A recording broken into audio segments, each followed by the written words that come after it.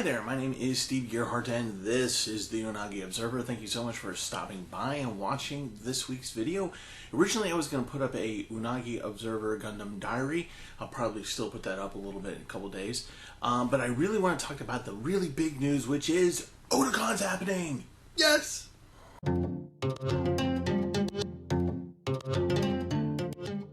So as you might imagine, we are all excited about the fact that Otakon is a thing, it's happening. DC said go ahead, convention centers all online, and they're starting to move forward, but they have a very short window of time to get things done.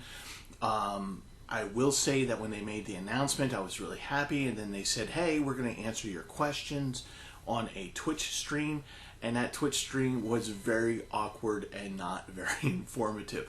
I don't think they quite understood that some of the questions they didn't have answers to just right away, and I think they probably realized that like moments before they went live. So it was kind of an awkward stream, and like I said, not a whole lot of questions were answered. Kind of that stuff. I was like, oh, we're looking into it. We'll put it off. But that aside, what Otakon is doing right now is every day they're rolling out something on the website, Twitch, whatever social media that they happen to be on, and they're rolling out new things. Hey, we're doing this. Hey, these are the rules for that. And so you guys, if you're still interested in going to Otakon, hopefully you were able to see the announcement that they were able to reopen the badge sales, so that if by the time this video airs, unfortunately, the deadline for that will have passed on the 7th. And but anyway, hopefully you were able to take advantage of that. But still, even so, kind of just look at everything, pay attention, because there's a lot of information that comes out every single day. So make sure you're watching your feeds, because a lot of stuff is coming your way. And there's only like 60 days or so before the convention, so there's a lot of stuff that Otakon has to do to get ready. That means you need to be patient. Yes, you. I'm looking at you. You know who I'm talking to. You need to be patient. So when you go to Otakon this year, just to understand that things are going to be massively different. One of the things that surprised me greatly was the fact that the convention center said that they were just going to open up capacity. I really thought Otakon was going to be forced to cap how many people would go in there, and I was actually okay with that, because I think that's reasonable. But it looks like it can be wide open. So here's the thing, though. One of the things that you have to understand is that the hours have been reduced. At least so far, I don't think that has changed. But the hours are not going to be as long. So you can get there in the morning. But if you're one of those people like me who sees a lot of stuff at night, you're probably going to be disappointed, because they are shortening those hours. So you're going to have to leave the convention earlier than in years past, but it's for a very good reason, and that reason is they are doing a deep clean and sanitize every night, so that when you come in next morning, surfaces are wiped down, they're sanitized, the whole 9 yards. So there is a reason to this, a purpose to that, and you should be actually thankful for it. So again, be thankful, be patient, it's for your safety. Unfortunately, that means that for people like me, probably not going to go to Otakon, because a lot of the stuff I think is going to be the programming is going to be axed out for the things that I'm interested in. Now, in 2022, things will probably be a lot different, and I'll be there.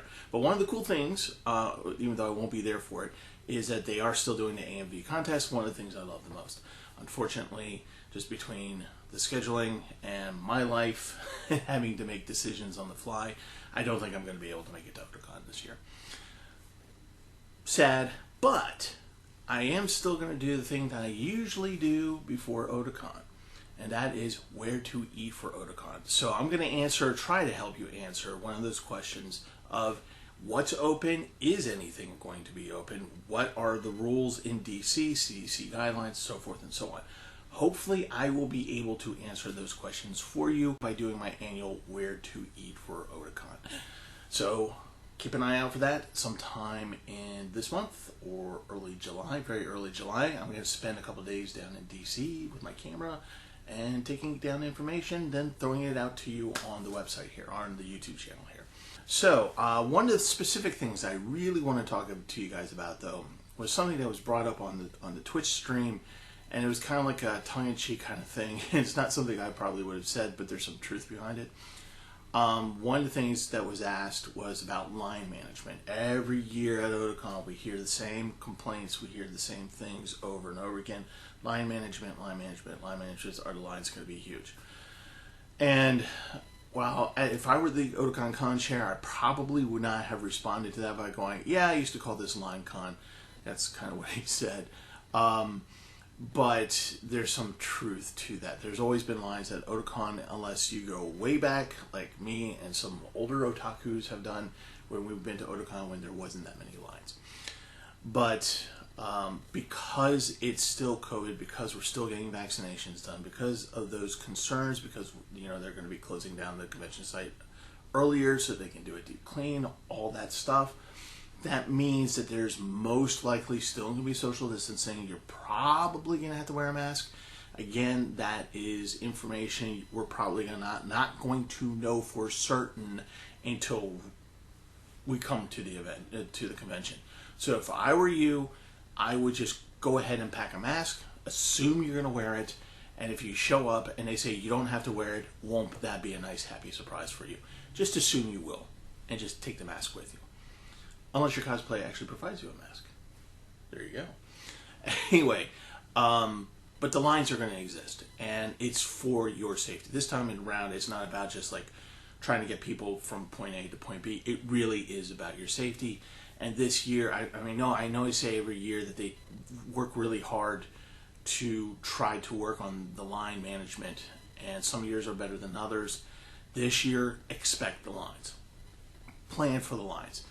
Get the app that Otakon has been putting out, the scheduling app. Make sure you know where you're going, where you want to be. I know Otakon can be difficult, especially in a large place like the Washington Convention Center. You're just going to have to plan. And there might be things that you probably won't be able to get to because you're going to be here and it's going to be way the heck over there. And the lines are going to be huge. So you're just going to have to deal with the lines. While I wouldn't encourage Otakon to say this, I will say it to you, which is suck it up, Buttercup, because you're just going to have to deal with it. It's a part of Otakon. They're trying the best they can. And remember, they didn't know that they were actually going to be able to do this like 3 weeks ago. So they're trying to put everything together as much as they possibly can in the next 8 weeks. And when you're planning for a convention that large, and you have not only planning for that convention, but you have a real life and family that you're taking care of, trust me when I tell you 8 weeks is not enough time. So be patient, be understanding, say thank you, say please. They're doing it to get you to Otakon. This is going to be a foundation Otakon, meaning that we're going to rebuild Otakon starting now. So next year, will it be better? Yes, it will be. I'm sure things will be different. But for right now, let's just enjoy what we can get and make sure that if we're in line, let's make it a good experience. Now, for those of you who have not been to Otakon for the first time, you might be going, oh my God, what are these things about the lines? It's okay. It's okay. It's just like anywhere else. If you've been to Disney, then you know lines. Okay? That's kind of how I put it. So anyway, I'm going to stop talking about this because I think you get the idea.